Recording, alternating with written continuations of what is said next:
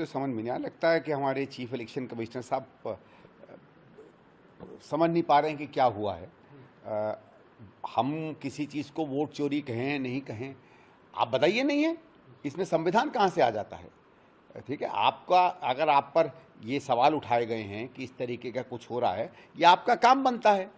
मैंने सुना है कि उन्होंने ये भी कहा है कि साहब आप एफिडेविट दें। तो मैं ये कहता हूं कि आपने काउंटर किया है, आप एफिडेविट दीजिए कि ये सही है। आप क्यों नहीं देते फिर एफिडेविट? आप भी अपने पर्सनल दस्तखत पे कहिए ना कि साहब जो राहुल गांधी कह रहे हैं वो गलत कह रहे हैं, मैं एफिडेविट में इन चीज़ों को प्रूव कर रहा हूं। और अगर उनका ये कहना है कि हमारा एक भी वोटर गलत नहीं है, तो ये तो हो ही नहीं सकता था। मैंने स्वयं इस बात को बहुत बार अनुभव किया है कि जो इलाके के वोटर नहीं होते उनके बन जाती है। कोई ये नहीं कह रहा है कि 100% जो है वो वोटर लिस्टें हमेशा सही होती हैं। अब अगर ये चीफ इलेक्शन कमीशन मान ले कि 100% सारी वोटर लिस्ट सही होती हैं, तो मैं माफ़ करिएगा साहब, या तो मैंने कभी ज़िंदगी में चुनाव नहीं लड़ा है और लड़वाया नहीं है, या मैं ऐसी दुनिया में रहता हूं जिस दुनिया में आप नहीं रहते। It is not, he didn't seek clarification. He had specifically made certain charges against the Election Commission. And he yesterday, when the Election Commission had reported that so many people have died, he had taken out the names and shown the people as living. The Election Commission has to reply to it. And he says that so many votes were polled and so many votes were counted. If there is any allegation in the elections, people normally go to courts. That is there, that is open for the political party and they know it. But if the Election Commission is bungling the voters list, they have to say that they have to reply to the charges made by the opposition parties. But here, unfortunately, when we make charges against the Election Commission, the BJP comes to their rescue. It is an independent body. And we ask certain specific questions. My doubt, I have my personal doubt. When the election, the SIR has happened in Bihar, how can they say that 6.5 lakh people have gone to Tamil Nadu? And what about the remaining states in the country? How many people from Bihar had gone to West Bengal? How many people of Bihar had gone to Delhi? How many people of Bihar had gone to Maharashtra? How many people of Bihar had gone to Gujarat? They should have listed out all these names. Why specifically Tamil Nadu? अरे जिनको उन्होंने dead घोषित किया वो राहुल जी के साथ चाय P रहे थे, शर्म नहीं आया उनको देखकर? उसका जवाब दिया उन्होंने। ये भाषण देने के लिए प्रेस वार्ता की थी उन्होंने, लफाजी करने के लिए। हमने कहा ना आपको, मोदी जी बैठे हैं, इनकी जरूरत नहीं है। इनसे हम उम्मीद करते हैं, पूरा देश उम्मीद करता है कि जवाब दें सवालों के।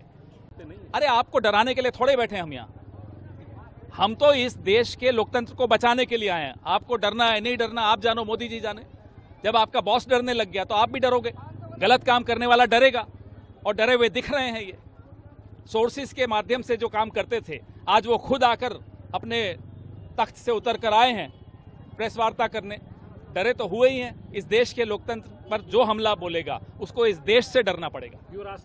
You say survey has happened, the intensive survey has happened, revision has happened. So when revision of votes happen, there will be even addition also. Whenever there is a revision, then the vote addition will be there and deletion will be there. Whereas in BR, not even one vote has been added. According to me, not even one vote has been added. When the revision has taken place, 65 lakhs votes have been deleted. So what is this? We have never heard in any part of the world, any part of the country you go, whenever there is a revision, there is addition and also deletion. The deletion of 65 lakh votes itself is a question mark. Now enough of election commission coming and giving reply. Election commission has to say why they have deleted 65 lakh votes, why they have added 42 lakh votes in Maharashtra. They have to answer, not this. We know the rules, regulations, everybody knows. We saw in Chandigarh election, mayor election, the election officer himself was voting. It's shame on this democracy. Recently, when Supreme Court counted, I think in Punjab some election, when Supreme Court counted the same counting machine, the opposite party won there. So what is election commission is talking about? It's enough now. The misuse of entire machinery is exposed. At what cost? What is it you're going to gain by doing this? Just you want to please somebody and get into power? Anyway, God bless them. I personally feel it's high time now. There has to be change. this way defending how far you want to defend the same thing when there is an absolutely fraud has happened. So people are understanding it. In due course of time, I feel the country will take a correction on it.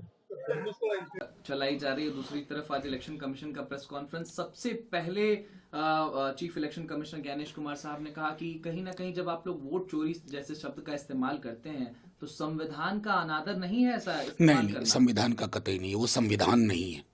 संविधान से जन्म हुआ है इस संस्था का, वो संविधान नहीं है।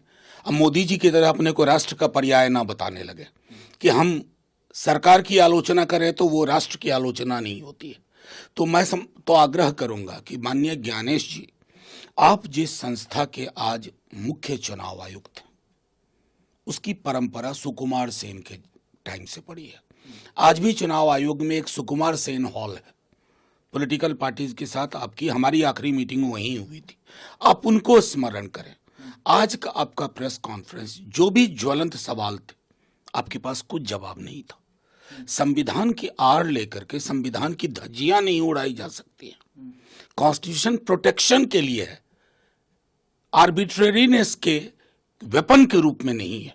इसका स्मरण रहना चाहिए।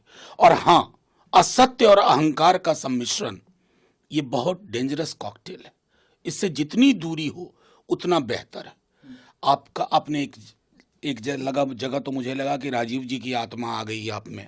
उनके विचार, आत्मा नहीं कहूँगा, विचार आ गए कि पक्ष का नहीं है, विपक्ष का नहीं, हम सबको समकक्ष मानते हैं। समकक्ष मानना बोलना और समकक्ष मानने की प्रवृत्ति दिखना दोनों अलग अलग चीज है। इसके बीच की दूरी को आप पाटिए तो वो बेहतर है हमारे देश के लिए, हमारे लोकतंत्र के लिए। आज आप फिर चूक गए, इसको